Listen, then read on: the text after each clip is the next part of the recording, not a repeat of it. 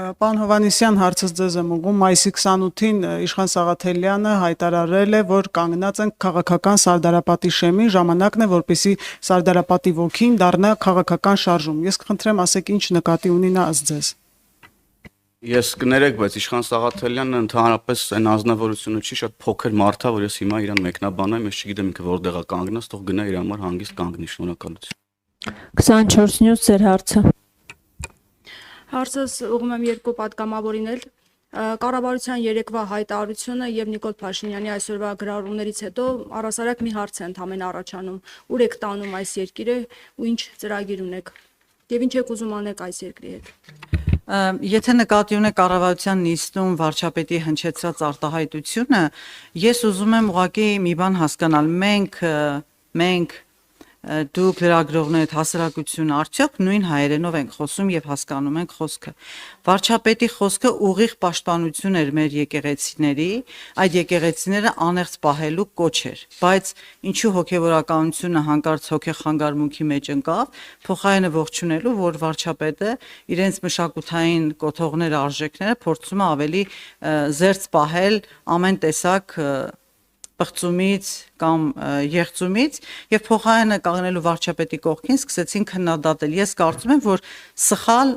մեկնաբանվել կամ չի ընկալվել վարչապետի խոսքը,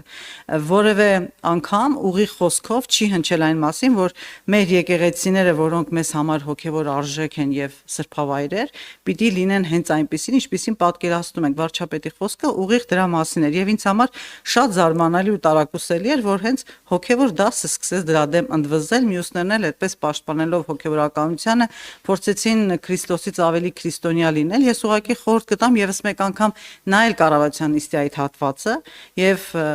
լսել ամբողջությամբ ու փորձել հասկանալ նորմալ հայերեն խոսքը, որտեղ էր վիրավորանքը եկեղեցու կամ հոգևորականության նկատմամբ եւ ինչու հանկարծ եկեղեցին այսպիսի սրացումներ ունեցավ, անկեղծ ասած լավ չեմ հասկանում։ Իսկ այսօրվա գրառումները եւս ընդունելի է ձեզ համար այն բառապաշարը, որ օգտագործել եւ որովհետեւ այդ